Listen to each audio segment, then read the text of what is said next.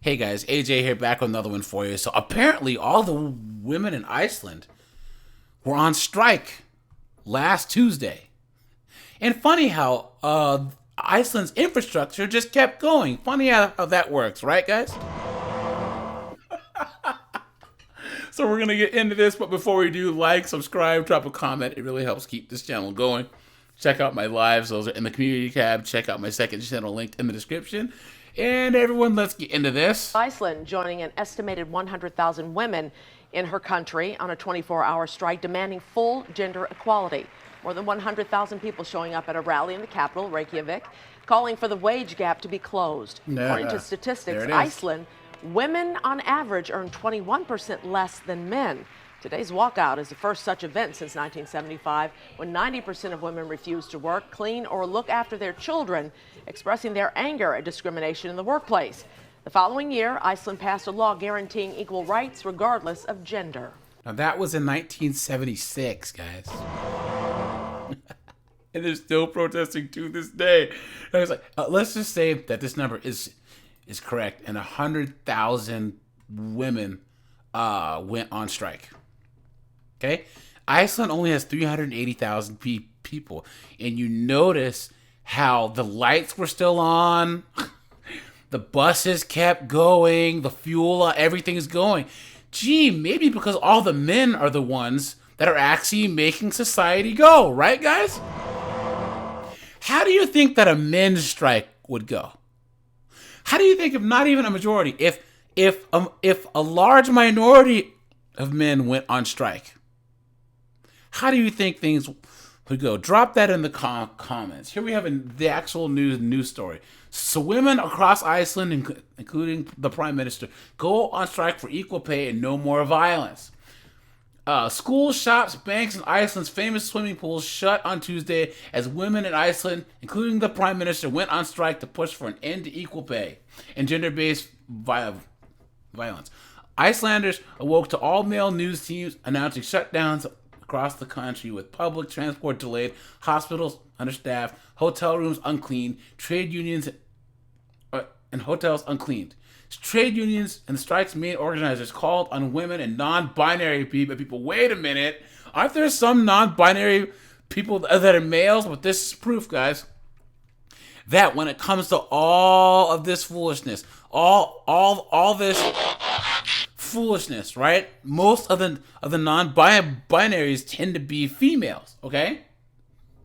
So, about 90% of the country's workers belong to a union. Prime Minister Katrin Jakobsdóttir says she would stay at home as part of the strike.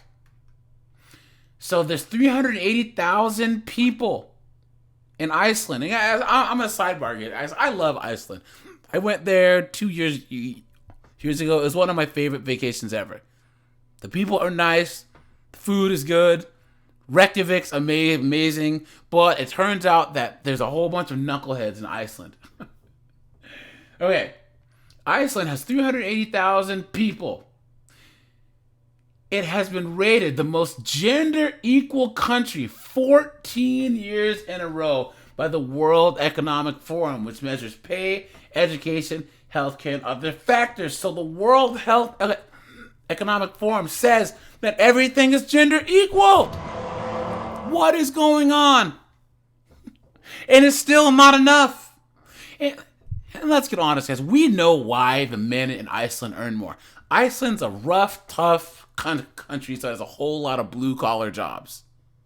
Okay, fishing, mining, other things, and the men do all these jobs. There's a whole lot of high-paying, blue-collar, dangerous jobs that especially involve going out into the cold, the wilderness, the ocean, or whatever, and these women will not do these jobs. Clown world. And anyone that says that they would, stop the cap. You're capping, okay? No country has achieved full equality, and there remains a gender pay gap in Iceland. Tuesday's walkout, running from midnight to midnight, was billed is the biggest since the first time these knuckleheads did this in 1975. They passed a law in 1976 guaranteeing equal rights irrespective of gender. Since then, there have been partial day strikes, with women walking off the job. Iceland schools, healthcare system have all been female dominated, and they have been heavily affected. They have been reducing television and radio broadcasts for the day, and only one bank branch was open. Gatherings on Tuesday were held across Iceland. They were saying, you call that equity? They say that no. Look at that. We haven't reached our goals of full gender equality, and we're tackling the gender-based wage gap. And how do they figure that? Are they going to pay high-risk and blue-collar workers less and give that to the teachers? Are they going to give it to the secretaries? Well, then the men are just going to stop working. Then the men are going to go on strike. Look at that. While women in Iceland have pushed or broken through the glass ceiling on top jobs, from bishops to leaders of the wrestling association, the lowest paying jobs such as cleaning and childcare are still predominantly done by women. Of course they are.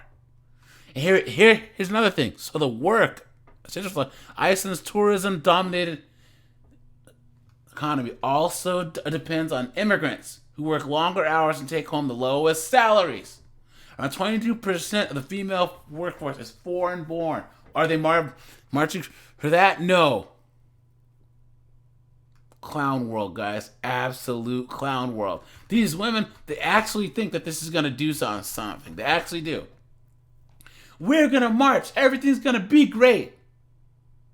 And they don't understand. Nothing's stopping them from trying to do all of the same jobs men are doing. Go out on a fishing boat in the middle of the friggin' Arctic Circle Ocean, right? I'm sure that pays well. But all this is proof that these ethnists, they think like children. Men earn this much. Women earn this much. Wah! No, that's not how it works. Man, oh man. Guys, let me know what you think. All the women, well, not all, but a good chunk of women went on strike and nobody cared. Nobody cares. All the lights are still on. All the planes are still flying in the sky. All the boats are still going. All the mines are still being mined. All this did is prove that women in general just don't matter. So when it comes to actually making society go, oh, there was one bank open. Oh, well. Oh, the schools were delayed. Oh, well. Right? But the actual important things in society, food production, energy production, the police were out there to moderate these crowds. Those are all men. All right, you guys. I'd like to see him try this here. That would never work. All right, you guys. This is AJ. I appreciate you guys. Like, subscribe, and I'm out of here. Have a good one.